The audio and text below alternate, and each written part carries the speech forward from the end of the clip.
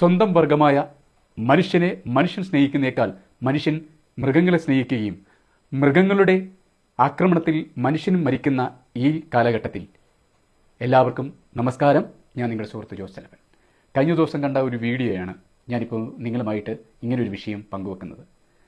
തദ്ദേശ സ്വയംഭരണ സ്ഥാപനങ്ങളിൽ എടുക്കേണ്ട അധികാരമാണ് പട്ടികളെ അല്ലെങ്കിൽ നായകളെ സംരക്ഷിക്കുക എന്നതിനപ്പുറം നായകളുടെ വിഷം മനുഷ്യരിലേക്ക് പടരാത്ത രീതിയിൽ ആ നായ്ക്കളെ പരിപാലിക്കുക എന്നത്.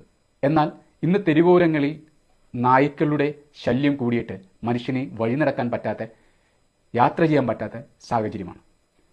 സത്യത്തിൽ ഈ മൃഗസ്നേഹികളുടെ അതിയായ കടന്നുകയറ്റം മൂലം തെരുവിൽ നായ്ക്കൾ പെരുകുന്നു എന്നതാണ് യാഥാർത്ഥ്യം. മൃഗസ്നേഹികൾ യഥാർത്ഥത്തിൽ അവരുടെ സ്വന്തം വർഗമായ മനുഷ്യനെ സ്നേഹിക്കാതെ മൃഗങ്ങളെ സ്നേഹിക്കുന്ന എത്രയോ മൃഗസ്നേഹികളെ നമുക്കറിയാം. തൊട്ടു അടുത്ത വീട്ടിൽ മനുഷ്യൻ ഫുഡ് കഴിച്ചിട്ടുണ്ടോ എന്ന് തിരക്കാതെ തെരുവിലെ നായ്ക്കുട്ടികൾക്ക് ഭക്ഷണമായി പോകുന്ന മനുഷ്യരുണ്ട് നമ്മുടെ ഇടയിൽ. ഒരു വാർഡിൽ, സ്വന്തം വാർഡായ ആ വാർഡിൽ പോലും എത്ര മനുഷ്യർ പട്ടിണി കിടക്കുന്നുണ്ടെന്ന് അന്വേഷിക്കാതെ തെരുവോരത്ത് ഭക്ഷണവുമായി പോകുന്ന മൃഗസ്നേഹികളുണ്ട് നമ്മുടെ നാട്ടിൽ. എന്നാൽ നിങ്ങൾ മനസ്സിലാക്കേണ്ടത്, നിങ്ങളുടെ അവകാശമെന്ന നിലയിൽ നിങ്ങളുടെ മൃഗസ്നേഹം തുടരുമ്പോൾ മൃഗങ്ങളുടെ ആക്രമണത്തിൽ ജീവൻ പൊലിയുന്ന യുവാക്കളുൾപ്പെടെ, കുട്ടികളുൾപ്പെടെ, വയോധികരുൾപ്പെടെ ഈ സമൂഹത്തിലുണ്ട് എന്ന യാഥാർത്ഥ്യം നിങ്ങൾ മനസ്സിലാക്കണം. അതോടൊപ്പം ഇന്ത്യ പ്രതിദാനം ചെയ്യുന്ന നിയമം മൃഗസ്നേഹത്തിൻ്റെ അർത്ഥവത്തായ തലങ്ങളിൽ നിന്നുകൊണ്ട് നടപ്പിലാക്കാനുള്ള ആർജവം കാണിക്കാൻ സർക്കാരിനോട് നിങ്ങൾ മൃഗസ്നേഹികൾ ആവശ്യപ്പെടണം. ഇല്ലെങ്കിൽ നിങ്ങൾ ഈ കാണിച്ചു കൂട്ടുന്ന സ്നേഹത്തിന് ബലിയാടാകുന്നത് നിരപരാധികളായ കുറേയധികം കുട്ടികളും കുറേയധികം വയോധികളും കുറേയധികം യുവാക്കളുമാണ്. എന്ന് വെച്ചാൽ മനുഷ്യരാണ്. ഈ മനുഷ്യ സ്നേഹത്തിനപ്പുറം മൃഗസ്നേഹം അനിവാര്യമാണെങ്കിൽ മനുഷ്യനെ സംരക്ഷിക്കേണ്ട ഉത്തരവാദിത്വം മൃഗസ്നേഹികൾ കൂടി ഉണ്ട് എന്ന ബോധ്യം നിങ്ങൾ മറന്നു പോകരുത്. കാരണം ഈ കഴിഞ്ഞ ദിവസം ഒരു വയോധികയെ നായ് കടിച്ച് വലിച്ച് മുറിവേൽപ്പിക്കുകയും അവരൊച്ച ഉണ്ടാക്കി യാത്രക്കാർ ഓടി വരികയും അവരെ രക്ഷിക്കുകയും ചെയ്യുന്ന ഒരു ദൃശ്യം കണ്ടപ്പോൾ വേദന തോന്നി.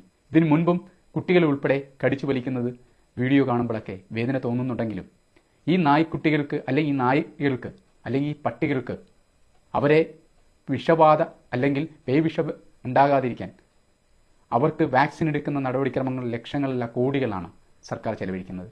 എന്നാൽ തദ്ദേശ സ്വയംഭരണ സ്ഥാപനങ്ങൾ ഇവരെ പരിപാലിക്കാനുള്ള ഷട്ടറുകൾ ഉണ്ടാക്കണം. ഇല്ലെങ്കിൽ തെരുവോരത്ത് മനുഷ്യർക്ക് നടക്കാൻ, യാത്ര ചെയ്യാൻ ഗതിയില്ലാതാവും. അത്രയ്ക്കും പെരുകിയിരിക്കുന്നു നായ്ക്കളുടെ ശല്യം. പല രീതിയിൽ ആക്രമണകാരികളായ നായ്കൾ ഇതിനിടയിലുണ്ട്. സത്യത്തിൽ ഒരു നായെ പേവിഷബാധം ഉണ്ടായാൽ ആ നായ് സ്വയം ബോധം നഷ്ടപ്പെട്ട് യാത്ര ചെയ്യുന്നത് 10 കിലോമീറ്ററിൽ അടുത്താണെന്നതാണ് പച്ചയായ യാഥാർത്ഥ്യം.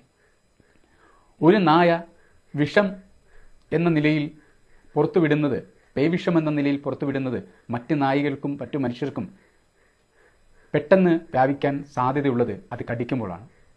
ബോധം നഷ്ടപ്പെട്ട പേവിഷബാധയുള്ള നായ്കൾ 10 കിലോമീറ്റർ സഞ്ചരിക്കുമ്പോൾ അവർ കാണിക്കുന്ന ആക്രമണവാസന പലവർക്കും മുറിവേൽക്കുകയും അതിലൂടെ ആ അണുക്കൾ കൂടുതൽ വ്യാപിക്കുകയും ചെയ്യും.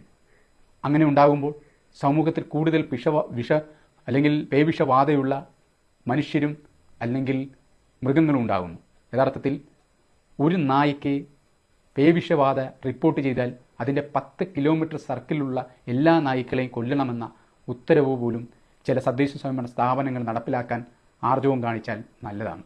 കാരണം മനുഷ്യസ്നേഹവും മൃഗസ്നേഹവും നല്ലതാണെങ്കിലും മനുഷ്യൻ കഴിഞ്ഞാണ് മൃഗങ്ങൾക്ക് സ്ഥാനം കൊടുക്കേണ്ടത് എന്നത് നമ്മുടെ ഇന്ത്യൻ ഭരണഘടനയിൽ പോലും വ്യവസ്ഥാപരമായി എഴുതി വെക്കുമ്പോൾ മനുഷ്യൻ തെരുവിൽ പട്ടിയുടെ അല്ലെങ്കിൽ നായകളുടെ കടിയേറ്റി മരിക്കുന്ന ഗതികേടുണ്ടാകുന്നു. ഇതുണ്ടാകാതിരിക്കട്ടെ. അതോടൊപ്പം ഞാൻ കണ്ട എന്നെ ഇങ്ങനെ ചിന്തിപ്പിച്ച ഒരു വീഡിയോ നിങ്ങളുമായിട്ട് പങ്കുവെക്കുന്നു. ഈ പറഞ്ഞ കാര്യങ്ങൾ ആർക്കെങ്കിലും മുറിവേൽക്കാൻ സാധ്യത ഉണ്ടായിട്ടുണ്ടെങ്കിൽ ക്ഷമ പറഞ്ഞുകൊണ്ട് മറ്റൊരു വിഷയവുമായി എത്താമെന്ന പ്രതീക്ഷയോടെ നന്ദി.